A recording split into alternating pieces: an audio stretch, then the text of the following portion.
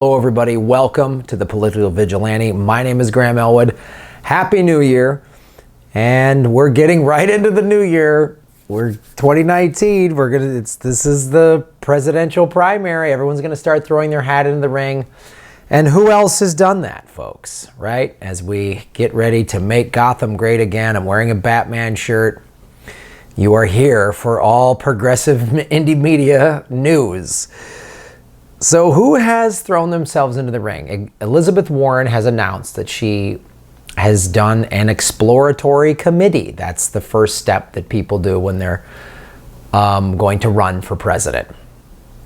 A lot of people are like, hey, Liz Warren, she's great, she's a progressive. And I do not agree.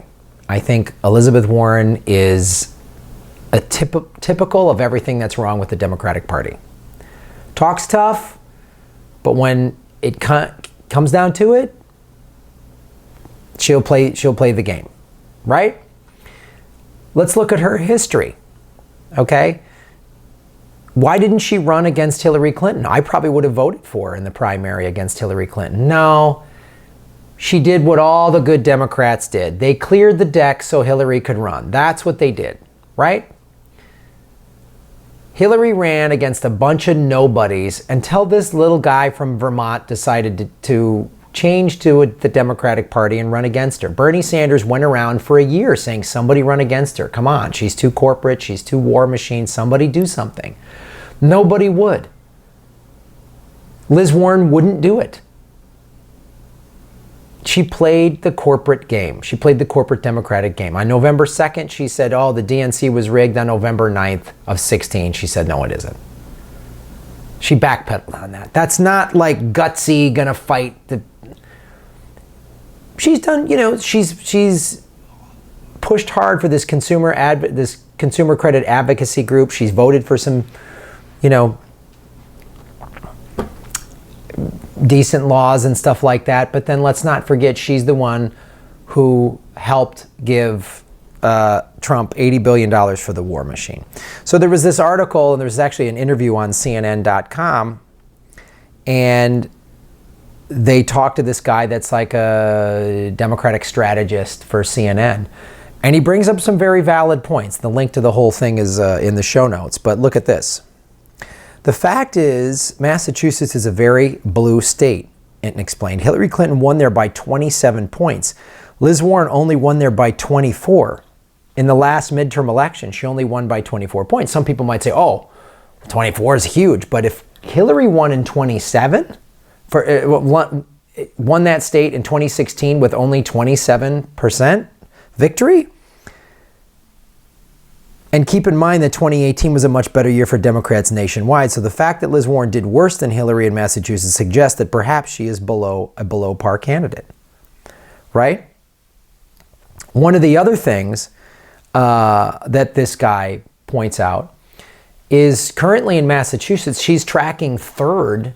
This is a poll in Massachusetts behind Joe Biden and Bernie Sanders. I mean, I get that on a national level, but like, Joe Biden is beating everybody in his home state of, I think, Delaware. Bernie Sanders is beating everybody in his home state of Vermont. She should at least be winning her home state. She's not. There's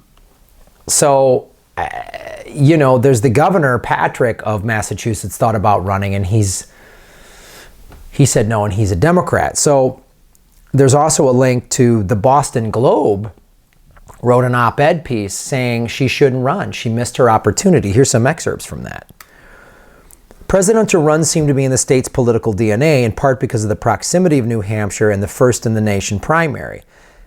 And it's often the right move. In 2015, this editorial page, that's the Boston Globe, urged Warren to run in part because of the lack of serious competition against Hillary Clinton. Clearing the decks for Clinton didn't exactly end well for Democrats, did it? That was in the Boston Globe. Right? So they're calling that out. And how are we supposed to say that she's so tough on Trump? I mean, and they're already going to start to play the sexist card. Oh, if anyone that's critical of Liz Warren must be a sexist. Well, here's what one woman's point of view is. This is Caitlin Johnstone, who I suggest all of you follow if you don't already. Elizabeth Warren is all spectacle and no content. She made a name for herself with viral videos wagging her fingers at bankers who remained rich and consequence-free while never actually taking a stand on controversial issues when it mattered. She puts on a show and she plays it safe. Absolutely true. Where was she on DAP, on Dakota Access Pipeline? I didn't see her standing tough for... I haven't seen her on the news saying, why are we invading Syria? I've seen Tulsi Gabbard do that, but I haven't seen her do that. Right? I did a video on Tulsi Gabbard. I'm a pretty big supporter of Tulsi Gabbard, but I even went to her website and I was like, there's some questions I have with Tulsi Gabbard. Is she going to like lead us into too much war? That's a question we all should be asking. I've said this from day one of doing this show. Do not blindly follow anyone. Ask the tough questions. That's what democracy is. A kleptocracy and oligarchs want you to just blindly follow whoever they tell you to. And don't ask any questions. Just don't like this person, like that person, that's it. You're on this team, you like that person. You're on that team, you like this person. You know, like, I don't like Trump. There's so much about Trump I dislike. I think his border wall is racist. I think he's given a tax break to the wealthy. He's not bringing jobs back to America. But when he says he wants to pull out of Syria and Afghanistan, I'm all for it. My guess is his reasons are not like, I don't think he's a peacenik. I think his reasons are probably financial or something like that. But if he wants to bring people home, I'm all for it. And I'm all for Tulsi Gabbard on so many levels. But I do worry, is she going to just like give us into a never-ending protracted war on terror that we've been fighting for 17 going on 18 years? Because here's the thing about Liz Warren. The viral videos that Caitlin Johnstone is talking about, here's one of them. This is when the CEO of Wells Fargo, who committed crimes, right? They created fake accounts. They screwed people over, not to mention what they did in 2006 and 7 leading up to the financial meltdown. They created fake accounts. And middle management people got fired. And tellers who were like, this isn't right, shut up or you'll get fired. So that's what Liz Warren does. She talks tough. Right? I showed that clip. I did another video about Elizabeth Warren a couple of weeks ago, maybe a month or so ago, showing that clip of her talking tough to the guy from Wells Fargo. The guy got a $124 million severance package. He should have gotten an orange jumpsuit and life in prison. But Caitlin Johnstone is exactly right. This is what the Democratic Party does. It's like I've said this time and time again about Dianne Feinstein during the Mike Pompeo confirmation hearing when he was going to be the confirmation on whether or not he was going to be the head of the CIA. He's now Secretary of State. I can't keep track of the Trump cabinet because it's always some torture, climate change denier gets fired and replaced by another 10-yacht having wingbird. I can't keep track of all of the sociopaths that guy's put in his cabinet. But they're all corporatists, and none of them are fighting for working people. If you're a Trump supporter and you're like, he's fighting for us, no, he's not. He's fighting for his rich buddies, just like the Clintons, just like the Obamas, just like the Bushes. Don't be fooled. So she lets this, it's like, so Dianne Feinstein during the Mike Pompeo, her Twitter feed was all like, no, Mr. Trump, all caps, all caps, all caps. No, sir, no, sir, no, sir. And then if you go to cabinetvotes.org, she confirmed Mike Pompeo. So I wanted to look up what bills she's voted for. Yes or no, Elizabeth Warren.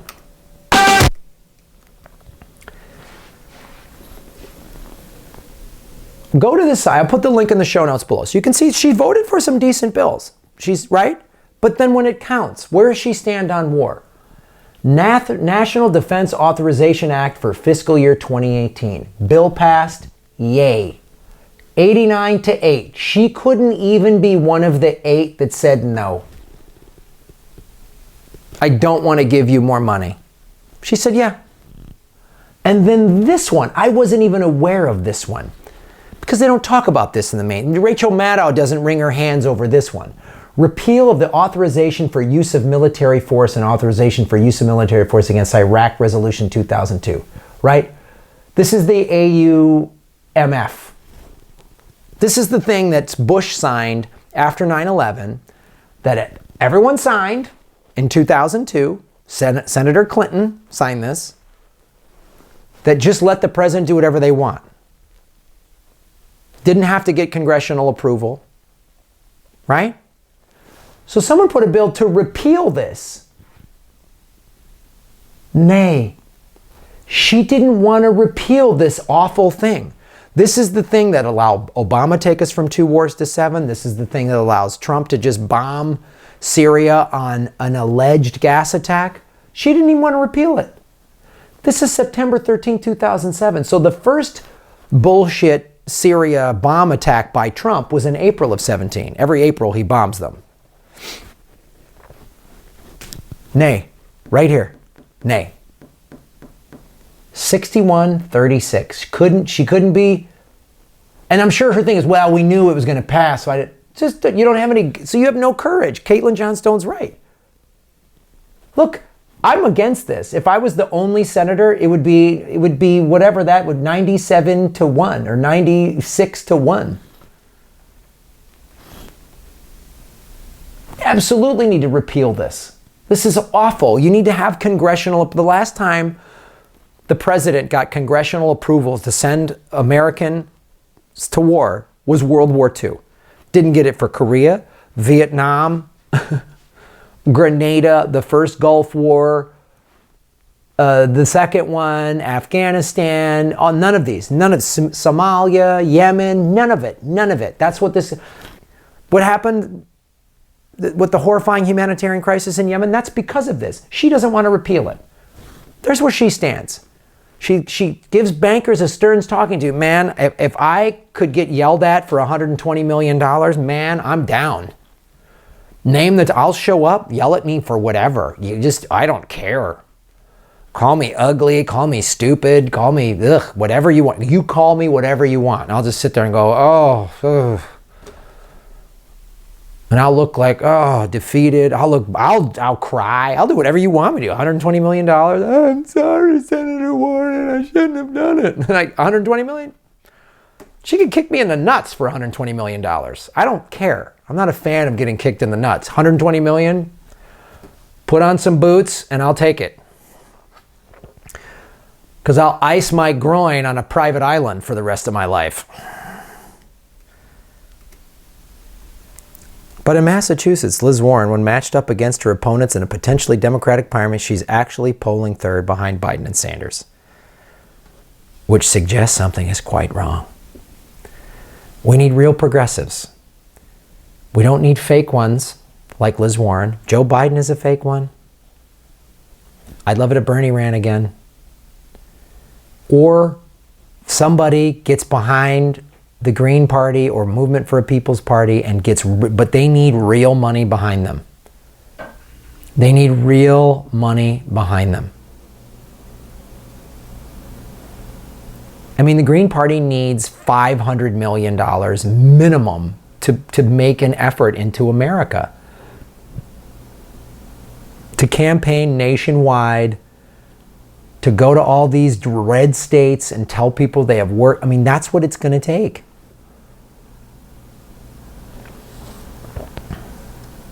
It's not going to be Liz Warren.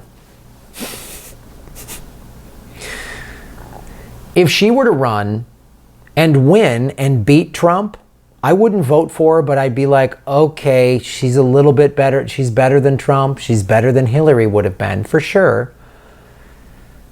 But guys, it's 2019. We have 11 years. We have 11 years, guys. We have 11 years. So if Liz Warren, I don't see anything about Green New Deal anywhere. I don't see her. She'll get in there and there'll be just some little steps in the right direction to save the planet. Little incremental bullshit. She'll still play ball. The Democratic Party is running the playbook from the 90s. They still think it's the early 90s. When Bill Clinton won in 92 and 96. That's what they think this is. They don't understand. The country's divided. We're on the brink of civil war. The climate is completely collapsing. We don't have time for you to wag your finger at a banker and then let him walk out the door with $120 million. Don't have time for it, guys. So I'm going to follow every single one of these people that announces. When Tulsi made a move about it, I did a video on it. I'm going to do it about all of them. I'm going to do it on all of them. I did one on Joe Biden. Elizabeth Warren will not be a progressive president. She won't be. We'll still be at war. She'll repeal some, she won't build this racist wall like Trump, but she'll still deport people the way Obama did. She'll play ball with the banks. She'll have Citigroup and Goldman Sachs people in her cabinet. Absolutely, because Goldman Sachs has been in every presidential cabinet since Reagan. So you better believe Liz Warren will have those people in her cabinet. And we'll play the lesser of two evil game while we watch the planet collapse. That's what we're going to do with Liz Warren. I need somebody bold. Because Liz Warren and Don Trump, they're in their 70s. They don't give a shit if the planet goes belly up. Let's be honest. They don't. That's why Ocasio-Cortez is like, we got to do something. She's 28. In 40 years, she'll be 68. In 40 years, we're done. 2060? That's when it's really going to get ugly. By 2040, all the coastlines are going to be flooded, which is going to cause unknown stuff, not to mention a huge climate refugee crisis here in North America, here in the States. Liz Warren, Cory Booker, Kamala Harris, Joe Biden, no. We need someone that's like Green New Deal now, today. As soon as I'm sworn in, January 2021, the next day, it's happening. Boom, priority one. That should be it.